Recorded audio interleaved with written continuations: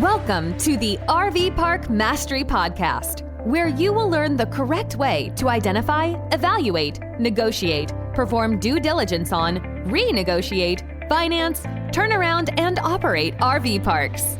And now, here is your host, the fifth largest owner of RV and mobile home parks in the U.S., Frank Rolfe. It's one thing to put an RV park under contract, to do all the necessary due diligence on it, to even go out there and find a loan for it. But the real stressful moment is when you have to make that final decision whether to go forward with it or not. This is Frank Rolfe of the RV Park Mastery Podcast. We're going to talk about how to take the stress out of the decision of whether or not to go forward and buy that RV park or not. So how do you do that? How do you take what could be a life-changing moment and make it something that's very practical and simple to comprehend? And we call this a best case, worst case, and realistic case analysis. So what does it mean? Well, you take your deal with all the information you've derived out of the due diligence, everything you've seen with your own eyes, and then you put your deal into three categories. Category one, best case. What can this property generate as far as income? How much would it be worth when you get done bringing it back to life? So how do you drive that? Well, we all know the drill on that. You've already worked on that, doing your numbers for due diligence. How much are you going to get in total revenue per month? Aggregate that to annually. What will your costs be based on your best estimates? And of course, this isn't just guessing. Doing good due diligence, you're going to come up with the actual cost or three bids on the items you can't quantify. And then what is your net income from all that endeavor? Realistically, what is your net income going to be if you ran the thing at a very high level of performance? So using virtually full occupancy, using virtually the highest rents you could get, how much revenue will it make less the actual cost? Now, of course, costs could always be worse than you guess. You could have that dire moment. You could have the tornado blow through, but that's probably not going to happen. And that's going to come in a different sector in a moment here. So what's your best you can do? And then value what the property is worth at that rate of net income. Apply a cap rate to that. Divide that net income by what you feel the prevailing cap rate would be. If you say, well, I think this RV park in great shape might sell for a 10% cap rate, then divide through and see what you come up with in value. This just gives you an idea of what you're fighting for, how much money there is to be made if you were to buy the RV park. So now, from there, we move on to the diametric opposite of that. That's the worst case scenario. Now, what is a worst case scenario? Well, let's not get too technical in the idea of worst case, because if you want to go truly worst case, your worst case would probably be on the way to the RV park, you're killed in a car wreck, and then later the same day, a brush fire blows through and burns everything to the ground.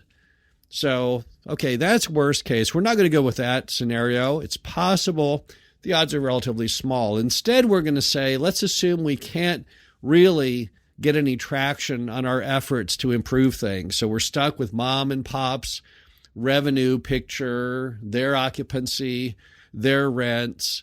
And meanwhile, on the cost side, these dreams we had of cost cutting are wrong. We can't do any better than they did. And then let's just make it even worse. Let's say that even then something else pops up and our occupancy and our rents, our revenue is down an additional 10 or 20%. And you might say, and let's see the costs go up another 10 or 20% there. Where do you end up then?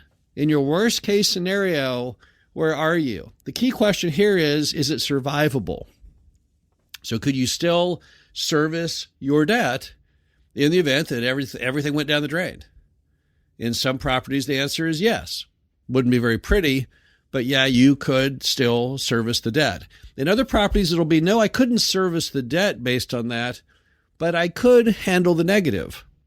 So even though I can't fully make the revenue, cover the expenses, and cover the mortgage, maybe I can still have it where it's not too bad. Maybe it negatively cash flows $500 or $1,000 a month. And then the question is, can I personally cover that? And if I can personally cover that, for how long can I personally cover that? Because I'm wanting to see in my worst case scenario if this is truly survivable or not. I don't want to get into an RV park deal where if that deal goes bad, my life is destroyed. I'm buying the RV park trying to make my life better, not worse. Then I'm going to go to the middle of those two categories, and that's called the realistic case. So the realistic case means I don't really hit my best case, but I don't necessarily hit my worst case either. I'm somewhere in between. Let's assume your worst case scenario was you would have given occupancy and rents 50% of the revenue that the thing could derive, and my best case is 100%, then my realistic case might be 75%. It's somewhere right there in the middle.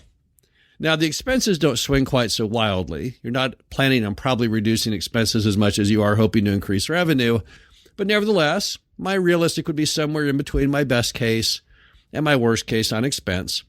And then I look at that number and I say, okay, what did that number do for me? Is that number positive enough that I'm happy with my decision? Or is it still not that exciting? Because the realistic case is realistically what you're going to have. So if that's your day-to-day scenario, are you going to feel good on that day-to-day scenario? Does it give you the rate of return you hoped for? Does it give you adequate coverage over your debt? Does it give you adequate final value of the property when you go to sell it years down the road? Now, why are these three factors so important in making my decision? Well, let's go back a step. There's a guy named Sam Zell, and Sam Zell wrote a book recently called Am I Being Too Subtle? And he has been obsessed his entire life with risk versus reward, and it's taken him places because he's the largest owner of office buildings, apartments, and mobile home parks in the United States. So his whole life has been based on this one theorem that if something has high risk and low reward, you should never buy it. If it has high reward and low risk, you should always buy it. So based on that theorem, what we're trying to do is we're kind of in some ways trying to quantify that. So high risk deal would be one in which my worst case scenario would bankrupt me, and yet my best case isn't that impressive. And a healthy deal would have a very, very strong best case, and worst case isn't that bad. So what you're doing is you're in this exercise, you're basically trying to help make that decision for you of whether the reward outweighs the risk and how much the risk is and how is this thing going to perform at neither polar opposite of best and worst. Are you still going to be happy with it? Now let's look at a deal that would be one you'd want to buy. Let's assume you ran your best, worst, and realistic case. And in the worst case scenario, you can cover the mortgage. In the best case scenario, you do phenomenally well. And your realistic case, you're very, very happy. Well, then that's when you'd want to buy. You have very, very low risk, very high reward. It's all good.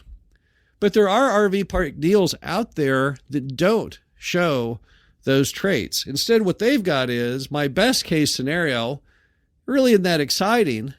My realistic case scenario, that's not very good at all. And my worst case is it would bankrupt me. You would never want to do that deal, right? So oftentimes, once you've identified out your best, your worst, and your realistic case, the course you should take is very, very painfully obvious. But also, even if it's not on the first round obvious to you, it will be obvious to other people. Now that you've quantified these three elements, now you can ask the advice of other people, your neighbor, family members, your banker, whoever, and they can help you come to grips with whether or not, based on those three scenarios, you should go forward or not. You know, those three scenarios may also lead you to other conclusions. One part of doing the worst case scenario is how do I hedge those risks? How do I make sure that worst case never occurs? And it may help guide you as far as perhaps renegotiating the deal, perhaps obtaining insurance on the things that scare you the most, maybe doing some more analysis on the things that scare you to see whether or not your decision on that is really accurate or not. So often as you derive these items, it presents more questions, more points for review. And those are all great points and things you definitely want to do your research on. At the end of the day, the bottom line is you should only buy deals that you can survive the worst case, that you'd be ecstatic about the best case, and you'd still be very, very happy, if not thrilled, with the realistic case. Any deal that does not fit those scenarios, you should step back for a moment. Now, you might still go forward with it, but you're probably going to want to renegotiate it. You're going to want to figure out how to hedge your risk. You're going to have to do a lot of soul searching. But a good deal, That's pretty much the way those three elements will lay out. And that makes for a very easy decision to go forward or not to go forward. This is Frank Rolfe, the RV Park Mastery Podcast. Hope you enjoyed this. Talk to you again soon. Thank you for listening to the RV Park Mastery Podcast. Be sure to visit us at www.rvparkmastery.com, where you can learn the correct way to identify, evaluate, negotiate, perform due diligence on, renegotiate, finance, turn around, and operate in RV parks.